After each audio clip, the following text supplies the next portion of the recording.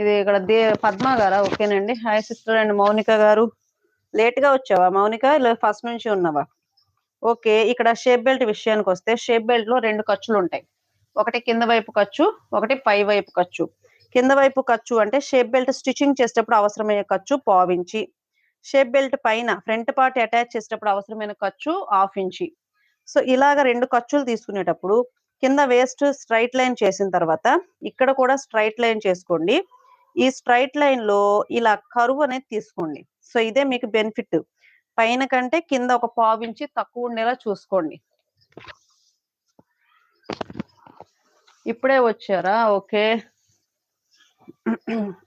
ఇక్కడ మౌనికాలు 2 ఉన్నారు.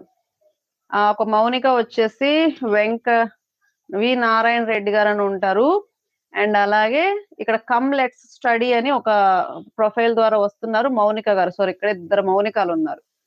ఇప్పుడే వచ్చానంటున్నారు ఒక మౌనిక, ఎప్పటి నుంచో ఉన్నట్టున్నారు అన్నారు ఒక మౌనిక.